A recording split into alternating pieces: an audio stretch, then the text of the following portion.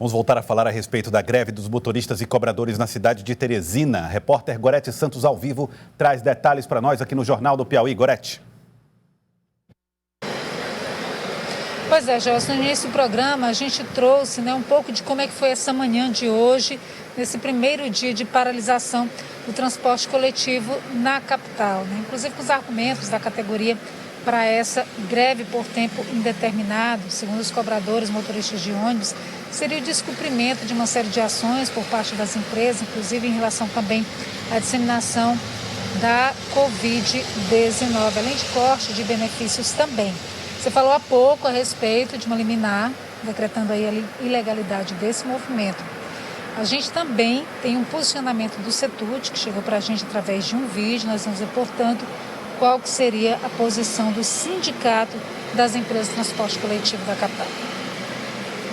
O CETUT recebeu com muita estranheza a deflagração dessa paralisação por parte do sindicato laboral na manhã de hoje, até porque não houve nenhum comunicado, nenhuma comunicação formal por parte do sindicato para o CETUT, para as empresas, conforme manda a legislação. É a situação pela qual o sindicato já está acionando o Ministério Público para que possa interceder e ajudar a resolver essa situação o quanto antes, para evitar problemas para o passageiro de ônibus, que é o principal afetado por essa situação.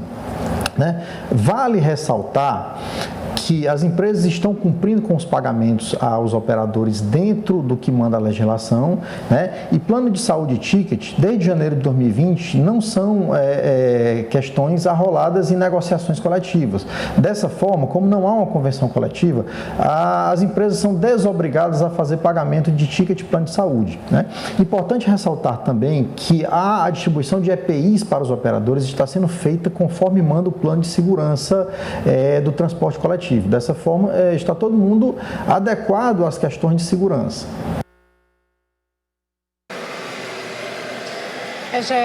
O Sindicato dos Trabalhadores diz que não há o cumprimento dessas medidas, o CETUT rebatendo, É na verdade, um impasse que já dura muitos meses, que vem sendo acompanhado, inclusive pelo Ministério Público do Trabalho, Justiça do Trabalho também acompanhando na tentativa de chegar a um acordo, que infelizmente até o momento a gente não viu, Momentos de greve, mais de 80 dias inicialmente, agora novamente, mas sim de fato haver um acordo entre as partes. A gente vai conversar agora com o superintendente da S-Trans, que é o órgão responsável pela fiscalização de todo esse sistema. O Eldo Madeira está conosco, trazendo, portanto, mais informações acerca desse primeiro dia de paralisação. Inclusive, a S-Trans, no início da manhã, chegou a declarar, inclusive também queria entrar com a medida, o Ministério Público, pedindo já o cumprimento de algumas medidas e talvez, inclusive, a anulação desse movimento. O que foi feito até o momento pela S-Trans? Como é que tem sido o acompanhamento também dessas primeiras horas de paralisação? Boa tarde. Boa tarde, Gorete. Boa tarde, Joelson. Boa tarde, ouvintes. Nós realmente fomos surpreendidos na última sexta-feira, já no fim do expediente, com um comunicado do Sintetro, sobre essa deflagração da greve, do período de greve hoje. Nós entendemos que deveríamos, de acordo com a lei, termos tido esse anúncio de greve pelo menos com 72 horas úteis de antecedência, para que pudéssemos tomar as medidas possíveis. Felizmente, nós tínhamos um cadastro, ainda durante o período da greve anterior, de cerca de 57 veículos alternativos, entre ônibus, micro-ônibus e vans. E estes foram contactados ao longo do fim de semana para que desse suporte à frota mínima estabelecida também pelo Tribunal do Trabalho na última greve. Ou seja, teriam que ser 70% da frota estabelecida em ordem de serviço pela S-Trans nos horários de pico, ou seja, das 6 às 9 da manhã e das 5 às 8 da noite. Teria que ser mantido 70% da frota operando, da nossa ordem de serviço, que é algo em torno de 130 ônibus, e no entrepico cerca de 30% dessa ordem de serviço.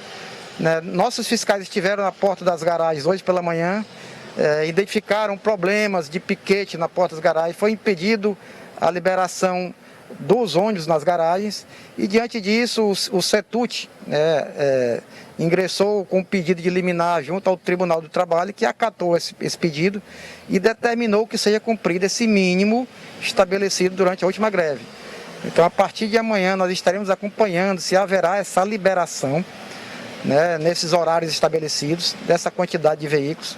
O cadastramento de veículos também continuará, alternativos aqui na S-Trans, para reforçar essa frota, né, e esperamos que haja esse entendimento o mais rápido possível entre as partes, entre os empresários e entre os trabalhadores, para que essa greve não perdure por muito tempo.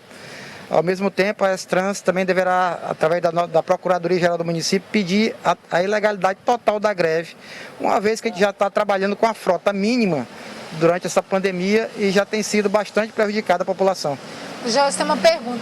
Pois não, Joelson? Nós estamos aqui com a decisão do doutor Jorge Alain Machado Araújo, que é desembargador relator, que até eu falei aqui que falava sobre a ilegalidade da greve. Na verdade, ele reforça a importância de se ter acordos que foram firmados quando a primeira greve foi deflagrada, que sejam observados. Houve, de fato, um pedido do CETUT pela ilegalidade da greve, esse vai ser apreciado. Mas ele fala aqui, doutor, na decisão de agora há pouco, que é preciso que o Sintetro, no caso as empresas, os servidores, os funcionários, cobradores e motoristas, estejam prontos para trabalhar naquela quantidade de 70% em horário de pico, 30% em entrepico, em horário menor, né, de menor. Tá aí, a decisão está no ar, inclusive, aí.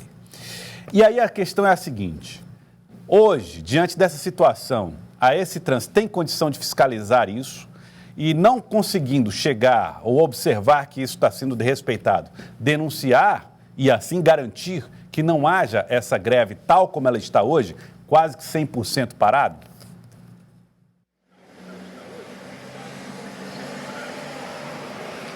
Bom, Joelson, nós fazemos esse acompanhamento diário através do nosso sistema de bilhetagem eletrônica. Nós temos como monitorar se foram cumpridas essas determinações do Tribunal do Trabalho, né? Bem como também manteremos os fiscais nesses determinados horários nas garagens para saber se há alguma restrição por parte do sindicato na liberação desses veículos, né? E ao mesmo tempo reforçamos que o cadastramento continuará ao longo de toda essa semana, né, desse transporte alternativo, para que haja esse reforço na frota.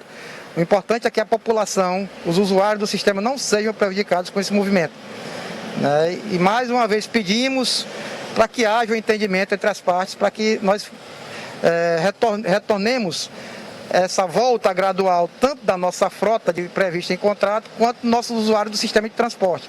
Nós tínhamos lá, antes da pandemia, cerca de 220 mil viagens diárias. Chegamos a estar, durante a pandemia, no seu pico da pandemia, com algo em torno de 5% dessa demanda. Essa demanda vinha sendo retomada gradualmente com a abertura das atividades econômicas. Na última semana, nós já estávamos com cerca de 47 mil viagens diárias. Isso representa algo em torno de 21% da nossa demanda usual. Ao passo que a nossa frota já estava atingindo cerca de 50% da frota prevista em contrato. Então, toda semana a gente estava fazendo esse acompanhamento, aumentando a frota conforme ia se aumentando a demanda de passageiros também. Superintendente, para os usuários que dependem do transporte coletivo, no caso do transporte alternativo, não dá para garantir as mesmas condições, né? Como fica a questão da bilhetagem eletrônica?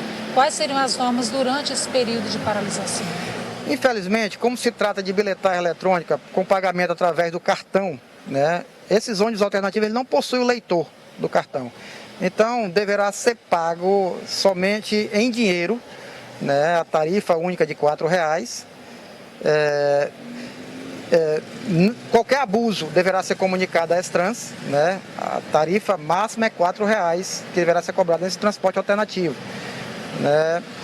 Pedimos mais uma vez a compreensão da população. Estamos trabalhando para que haja esse reforço na frota, né, tentando diminuir ao máximo a ausência de ônibus, principalmente na periferia da cidade. Muito obrigada, superintendente da S-Trans, o Eldon Bandeira, trazendo alguns esclarecimentos a mais em relação a esse movimento que foi deflagrado no início da manhã de hoje pelos motoristas cobradores de ônibus. Joelson. Obrigado, Gorete Santos, pelas informações. Superintendente Eldon também. Olha, a população vai ter que observar aí como é que vai ser o comportamento das decisões judiciais, hein? As decisões da Justiça agora são importantes, que nós já temos esse pedido que foi feito pelo Sindicato das Empresas do Transporte Urbano de Teresina, atendido pelo Tribunal Regional do Trabalho, nessa decisão monocrática aqui, nessa decisão do desembargador Jorge Alain Machado Araújo. Novas decisões devem sair, porque foi pedido a ilegalidade da greve, então o passageiro tem que ficar atento a essas decisões. E claro, você acessando o cidadeverde.com, 24 horas por dia, você vai ver essa decisão aí que foi tomada pelo desembargador agora há pouco e os detalhes das explicações dessa decisão. Tá aí, ó.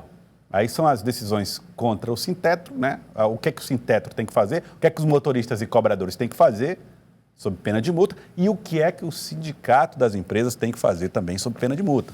Então, todos os detalhes já estão lá no cidadeverde.com. Você acessa cidadeverde.com e acompanha o noticiário ao longo do dia para tentar saber qual é a decisão mais nova. Se a greve acabou ou não, se vai haver uma determinação ou um decreto de ilegalidade. E aí você vai acompanhando a partir do cidadeverde.com todos os detalhes. Lembrando que você pode se informar também pela rádio Cidade Verde.